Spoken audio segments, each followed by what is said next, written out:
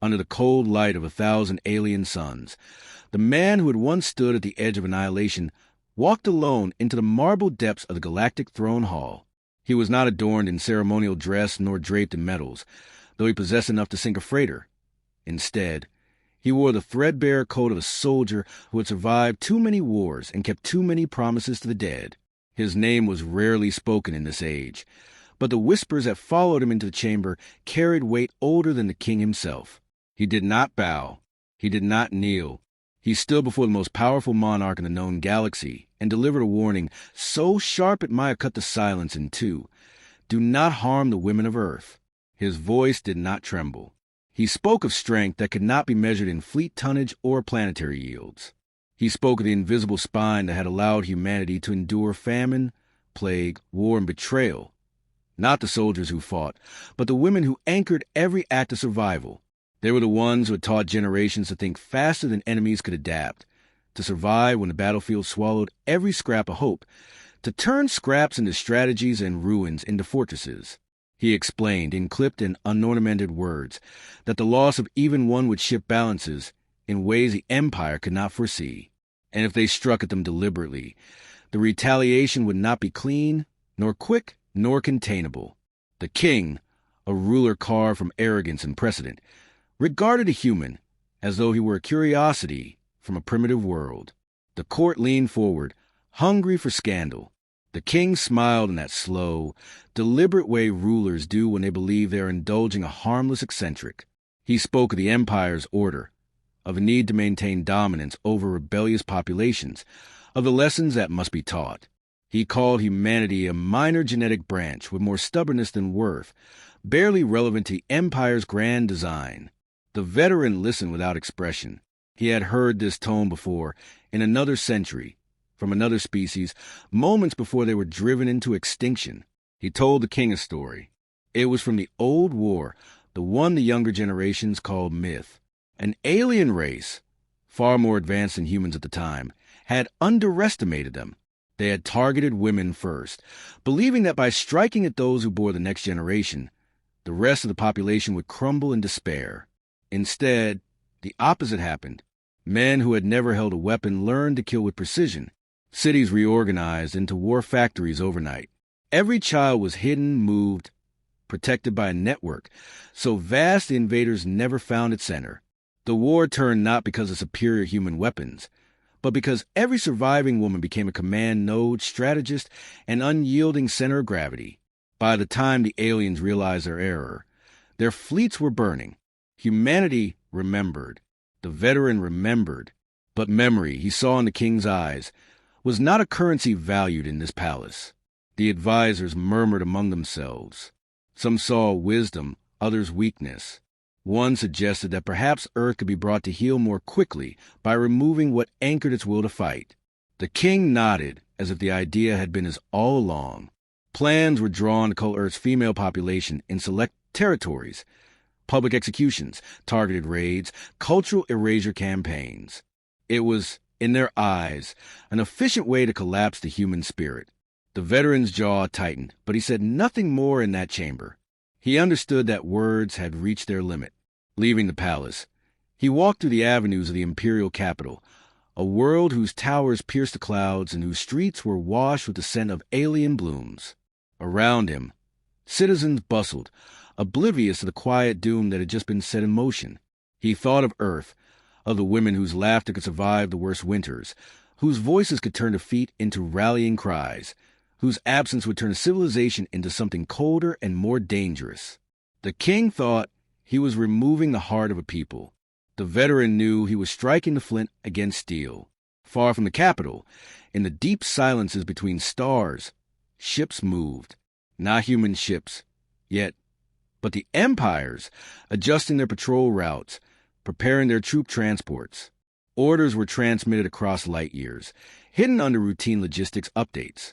The human colonies on the fringe would be the first to feel the weight of the Empire's decision. They would not be ready. Not yet. The veteran sent no message to Earth. Warnings to politicians and military strategists would be intercepted, diluted, and dismissed.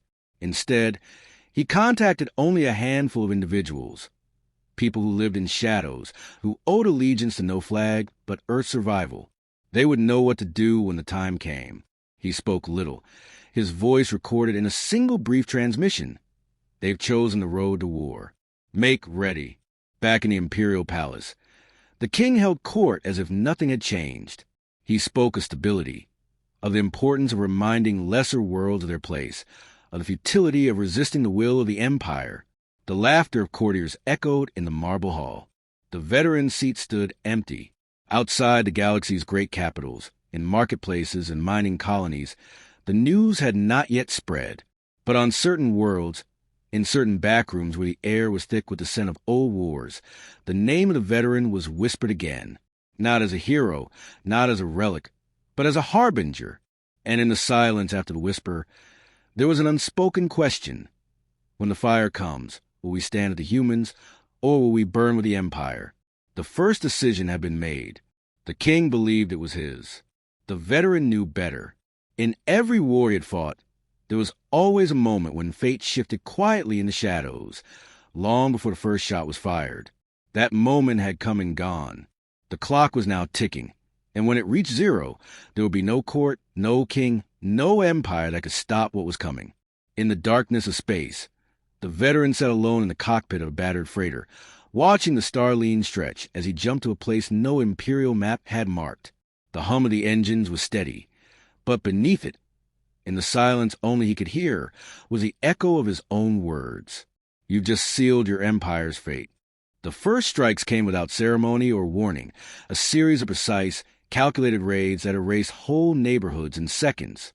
They fell on the cities humanity thought untouchable, cutting power grids, shattering communications, and dragging entire populations into transport ships under a sky filled with the hum of Imperial engines. The focus was clear: women taken, isolated, executed in some places, vanished without trace in others. On every continent, the message was the same: resistance is pointless, grief will be your cage. Panic rippled through governments.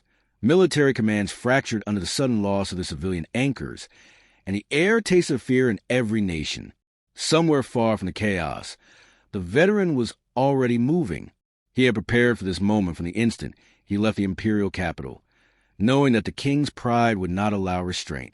His calls went out to people the world's leaders barely knew existed: black market captains, information brokers, warlords turned smugglers, and ghosts of old wars who had promised him nothing but owed him everything. He spoke in blunt orders, not rallying speeches.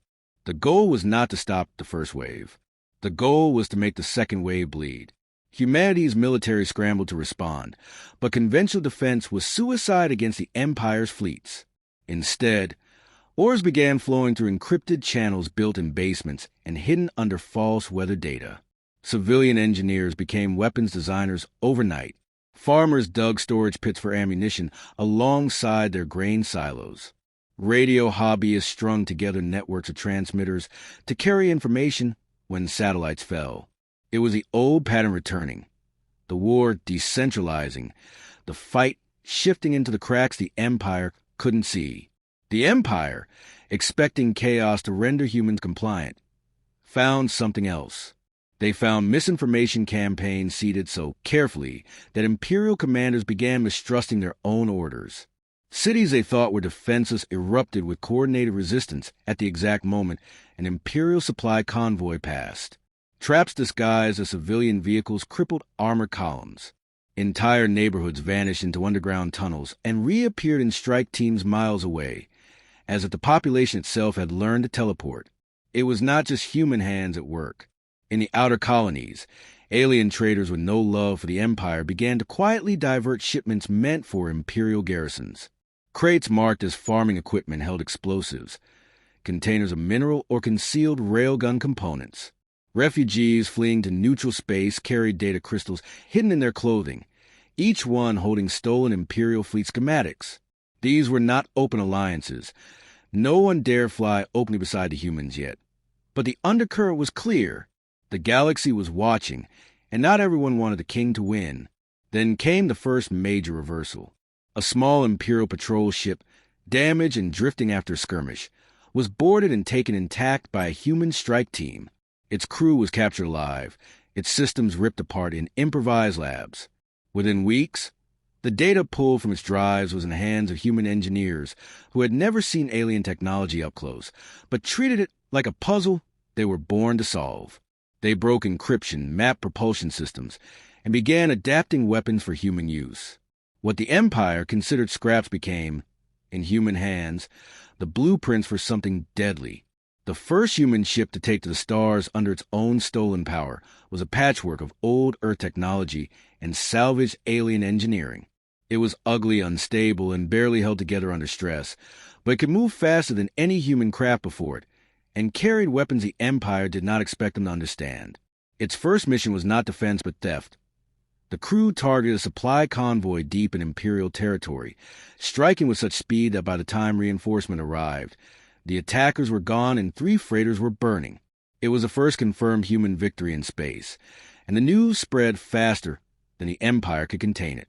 Within the halls of power, the king's advisors began to shift their tone. This was not supposed to be possible. The humans had no fleet, no interstellar infrastructure, no history of space warfare, and yet the reports kept coming. Imperial losses in fringe sectors, communication blackouts, rumors of human raiders operating in systems thought unreachable. The king dismissed it as a minor inconvenience, a rebellion that could be crushed once the real warships arrived. But among the lower ranks of the Imperial military, fear began to grow. The humans fought like they had nothing to lose and everything to avenge. The veteran's name began circulating in whispers, not only on Earth, but in places the Empire thought unreachable by rumor. His warning was quoted like prophecy. They strike at your women, and you will burn. Underground channels and alien markets carried tales of the Baba Yaga's children, humans who appeared in the dead of night, stole Imperial ships from their own docks, and vanished without trace. For the first time, the possibility of Imperial defeat, no matter how remote, was spoken aloud. On Earth, the veteran moved constantly, never staying in one place long enough to be targeted. He was not the leader of the resistance. He was its knife. He identified targets, coordinated strikes, and ensured the right weapons reached the right hands. His strategy was clear: bleed the Empire slowly, never give them the decisive battle they wanted, force them to fight an enemy they could never fully see. The humans were not trying to win in a single blow. They were building towards something larger, something the king's pride kept him from imagining. The war was no longer one-sided. The Empire had reached down to crush a lesser world, and found itself grasping a blade. Every raid, every stolen shipment, every wisp in the dark was another cut. Individually, they meant little, but the veteran knew how wounds worked in war. Enough cuts, and even a giant bleeds out. The shift from survival to retaliation was not marked by a single battle, but by the steady convergence of thousands of smaller moves, each one drawing the noose tighter around the Empire. Across occupied cities, resistance cells that had once fought alone now acted in unison, following patterns only they understood. Supply depots meant for Imperial troops went up in flames a night before offensives could launch. Communication relays failed without warning, their core sabotaged by workers who had smiled at their overseers hours earlier. In space, stolen ships were no longer isolated raiders. They moved in coordinated strikes, harassing trade lanes and forcing Imperial fleets to divide their strength. The women the Empire had not taken became the central nerve network of the human war effort. From hidden command centers deep underground in concealed bunkers and abandoned cities, they ran encryption hubs, coordinated supply chains, and kept the Resistance's fragmented forces operating as if they were a single organism. Messages traveled through hands and voices rather than channels the Empire could track. Data was hidden in nursery rhymes, troop movements masked in festival announcements, and weapons smuggled in funeral processions. The Empire had underestimated their will. Now it was drowning in the consequences. When the veteran judged the time right, the scattered resistance fleets began to converge. The ships were an insult to Imperial design. Patched hulls, mismatched components, engine systems spliced together from incompatible technologies. But they moved with precision born of necessity. The target was no longer survival. It was the heart of the Empire. The path to the capital would be carved through systems too important to be abandoned, forcing the king to commit his elite forces to defense. Every skirmish was recorded, Every victory broadcast across hidden channels, not for morale alone, but to remind the galaxy that the Empire could bleed. Alien factions long cowed into obedience began to make their own moves. Some openly defected, their ships joining human formations in deep space. Others ignited rebellions on their home worlds, stretching the Empire's reach thin. The king's vision of a quick, brutal suppression was dissolving into a dozen simultaneous wars, none of which could be ignored. The old alliances that had kept the throne secure were fracturing, and the veteran knew that was a moment to strike directly. The fleet he led toward the capital was a jagged line of stolen and repurposed vessels, every one of them crewed by men and women who had lost someone to the Empire's arrogance. Their weapons were unreliable, their shields barely functional, but every captain understood the same truth. The battle ahead was not about winning outright, but about breaking the illusion of Imperial invincibility. As they approached the outer defenses, the veteran ordered the transmission of a single phrase across every open channel. You were warned. The fight for the capital system was chaos. Imperial fleets, though larger and more advanced, found themselves facing an enemy that refused to engage conventionally. Human ships darted into blind spots, used debris fields as cover, and turned the Empire's own defense grids against them. Civilian freighters laden with explosives detonated in the middle of Imperial formations. Station crews defected mid-battle, locking down docking bays to trap friendly ships. Every maneuver chipped away at the defenders' cohesion, until the once impenetrable ring of ships around the capital was a scattered ruin. On the surface of the Imperial homeworld, the king watched the battle unfold from his throne room.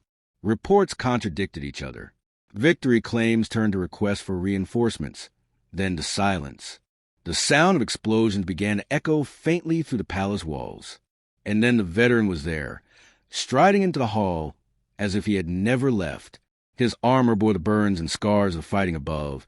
His weapons were still hot from use, and yet his voice was calm. He reminded the king of the words he had spoken before. Do not harm the women of Earth, and of how the king had laughed.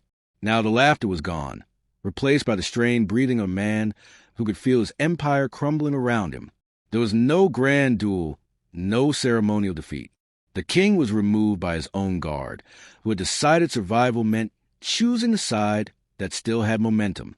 In the hours that followed, a provisional council was declared, and one of its first acts was a recognition of Earth as a sovereign world, its independence guaranteed under penalty of war from any who would challenge it. The women of Earth were honored in the proclamation, not as symbols, but as the architects of victory. In the days that followed, human ships departed the capital, not as conquerors, but as a people who would secure their place in the galaxy through blood and unyielding will. Other worlds began to rise in the Empire's wake, inspired by the defiance they had witnessed. The veteran vanished from public sight soon after, his presence no longer needed in the open. His name remained in the whispers of those who had fought beside him and in the history that would be told for generations. The galaxy understood now what the king had refused to believe. Humanity's strength was not in its weapons or numbers, but in the bonds that could not be broken by force. Armies could be scattered, cities leveled, fleets destroyed, but as long as those bonds endured, no empire could truly claim victory over them. And in the quiet between stars, where no one was listening, the veteran allowed himself a single thought. The warning had been given and the lesson, at last, had been learned.